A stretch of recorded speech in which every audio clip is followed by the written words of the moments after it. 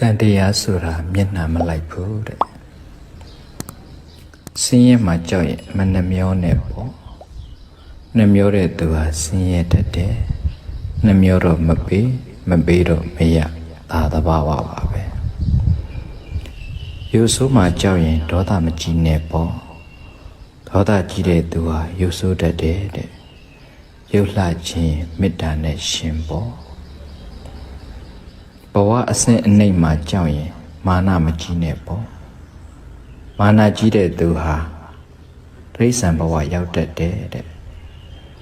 နှိမ့်ချတဲ့သူဟာနှိမ့်ကြမသွားပါဘူးလေအထီးကျန်မှာကြောက်ရင်မနာလိုစိတ်မများနဲ့ပေါ့မနာလိုစိတ်များတဲ့သူဟာတယောက်တည်းအထီးကျန်တတ်တယ်တဲ့မုဒိတာပွားနိုင်မှဒုက္ခိတာအများဆိုင်တာမဟုတ်လားညံထိုင်းမှာကြောက်ရင်မေးဖို့ဝင်မလေးနဲ့ပေါ့မမေးတဲ့သူဟာမသိပဲထိုင်းသွားတတ်တယ်တဲ့မေးရင်သိတယ်သိရင်ညံပွင့်တယ်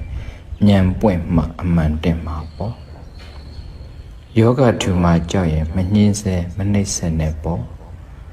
သူတစ်ပါးကိုညှင်းဆဲနှိမ့်ဆက်တဲ့သူဟာယောဂထူတတ်တယ်တဲ့